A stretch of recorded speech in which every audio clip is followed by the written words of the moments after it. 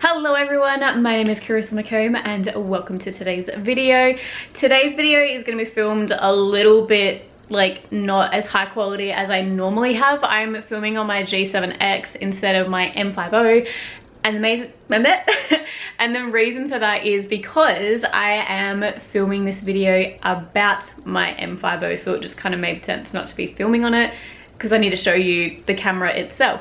But anyway, in saying that, this video is literally a big blonde moment that occurred about 2 or 3 months ago. Actually, it was probably like March. When's March? April, May, June, July, August. Okay, 5 months ago now.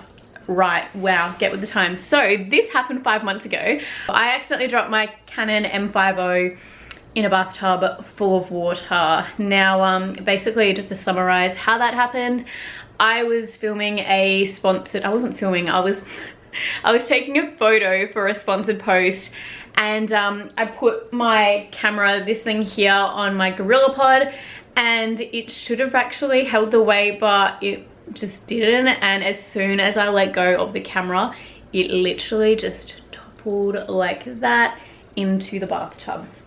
But the good story there is I got the photo and that was amazing. I just didn't film it on that. I filmed it on my iPhone, so shout out for iPhones.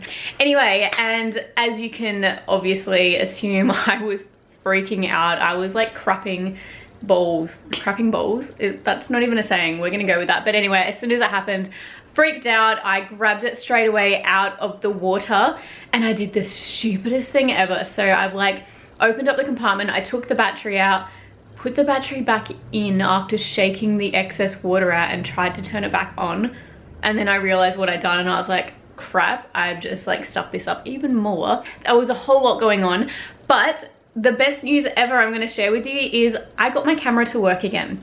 So the main point of this video is to tell you what happened and just tell you a story. But you know, if anything like this happens to you where you accidentally drop your camera in water, hopefully some of these tips that I did, or like these tricks that I did, will maybe help you.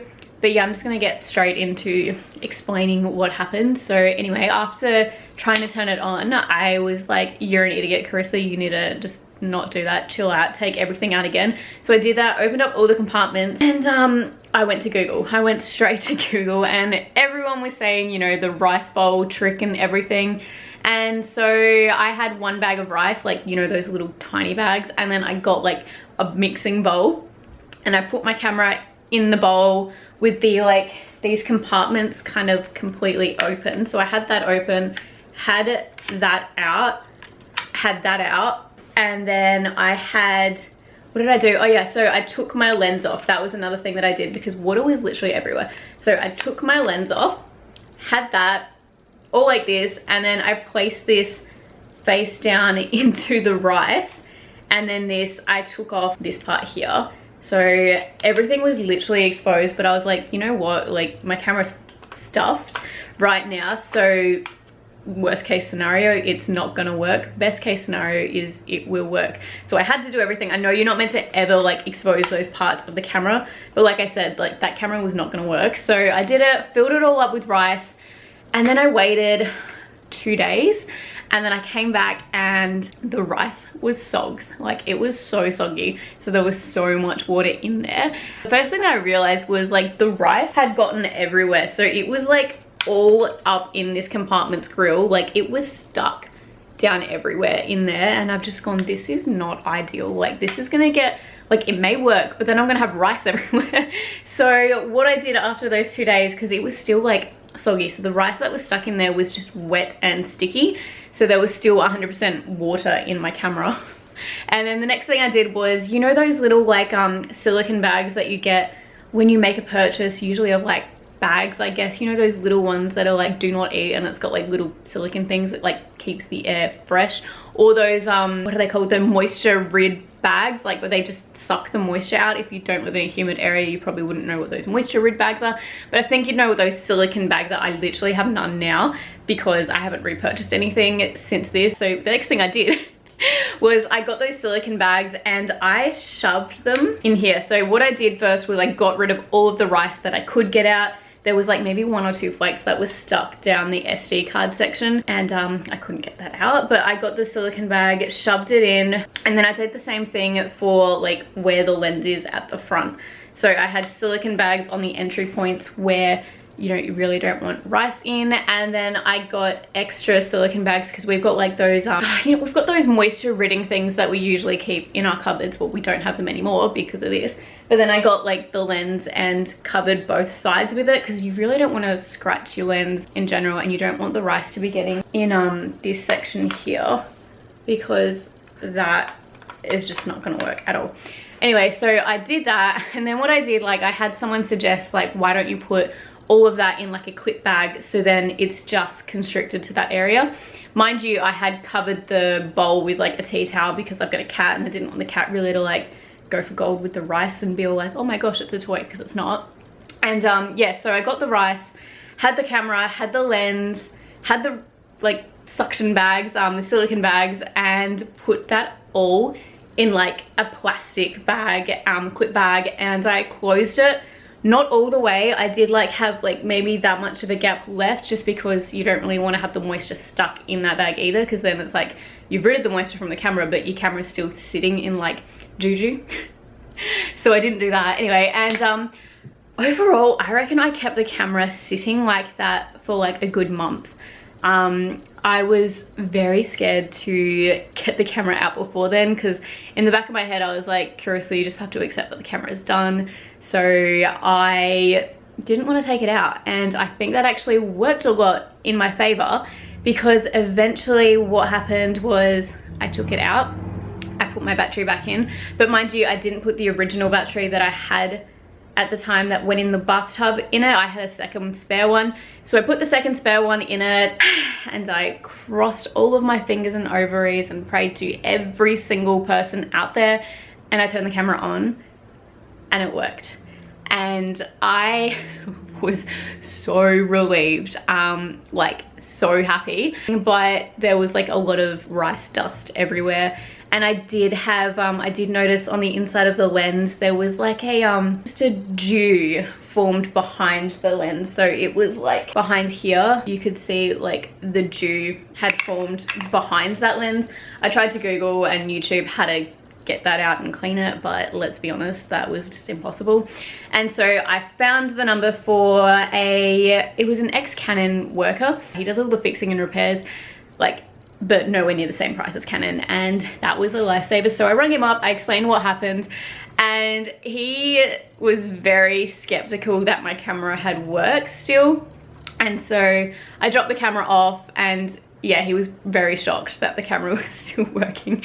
I don't think he had faith or belief that it was gonna work, but I was like on the phone, no, it's working. And yeah, so I dropped it off there. He did a general clean of the whole camera, like he cleaned everything that he could get to, so all the rice dust was gone, but there was like a smear behind the lens he couldn't get to. He reckons, like, he was trying all these photos and everything, and he's like, look, I can't see it in there, it's fine, there's nothing wrong with it, it's good now. Like, he's like, I can't get to that section of the lens, like they haven't made it so I can get to that anymore, but you should be good. So I picked my camera up and it was amazing, like it was so clean, there was no dust or anything. And then I filmed a video, and as you would maybe be aware, my last video to this one is like about microdermabrasion. You know, just go view that quickly, like even if you're not interested in microdermabrasion, just so you can see what my camera's quality was. Yeah, it was not good at all. It was very foggy, blurry, and just not ideal. Like, it was not a solution at all. Like, if I was gonna keep filming videos like that, no. So basically the smear was still stuck. Yeah, so worst case of this whole thing was my lens didn't work. This is the lens here. It is the faulty one. It doesn't really matter what I do with this now, because like I'm never going to use it again, but you can't, like there's literally just a smear, like if I put my finger there, there's a smear there that just looks like, you know when you breathe on glass and you're like, that, it's stuck behind the lens and it's just not going away. And that's all it was that was making the quality so bad. So basically my lens didn't work, and here I am thinking like the M50 lens that you can get is going to be super duper expensive, which it was. So like on the Canon website, JB Hi-Fi, Harvey Norman, anywhere else in Australia where you can get just like the lens again. It was about $400 to get the lens, and overall that whole camera was about, I think it was like $870. So that was very expensive compared to the whole total. But in the back of my mind, I'm like, you know what, your camera works, like the body works, that's the main bit. But then I was doing the research and I was like, this doesn't add up. So then I googled the specific lens it is, and of course there were like such cheaper options online.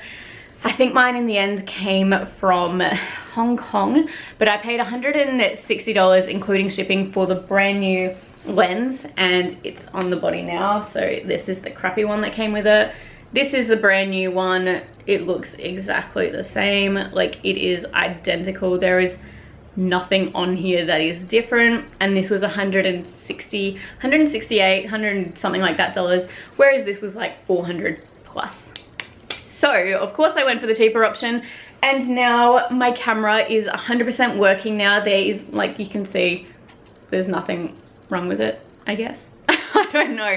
My next video will be filmed on this camera, so you can see there's like nothing wrong with it, but there is, it's brand new. It's like amazing. So my recommendation, I guess, if your camera unfortunately goes for a swim, whether it's from your own stupidity like me, or it's, you know, accidents happen, things happen, you might have rained a lot and you might have got flooded in your camera bag. I don't know, there might have been like some, I don't know, just anything could have happened. But if that happens, my best suggestion, open all your compartments, take your camera battery out, take your SD card out. Do not put it straight back in like me. Even after you shake the water out, do not do that and then try and turn it on, because apparently worst case scenario is you can like actually ruin the whole, all of the mechanics inside, like the electronics inside, just like, imagine like, you know, they tell you not to walk in water when like a power pole has fallen down because you may get electrocuted. Same thing like that, but I just basically did that, so don't do that.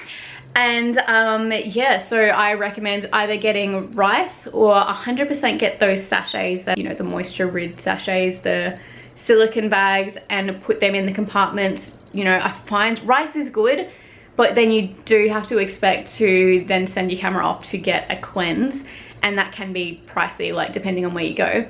So fill those compartments up with like the sachets.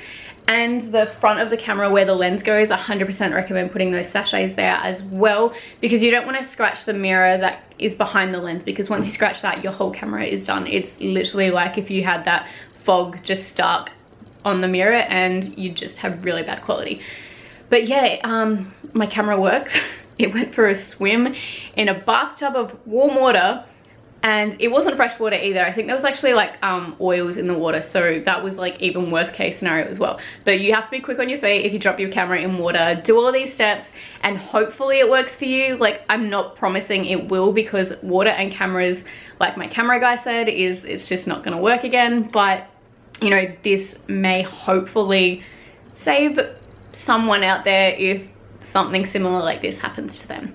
Anyway, that is literally all from me. I'm going to throw this dart out now, and yeah, have an awesome day, guys, or night or afternoon or whatever it is, wherever you are.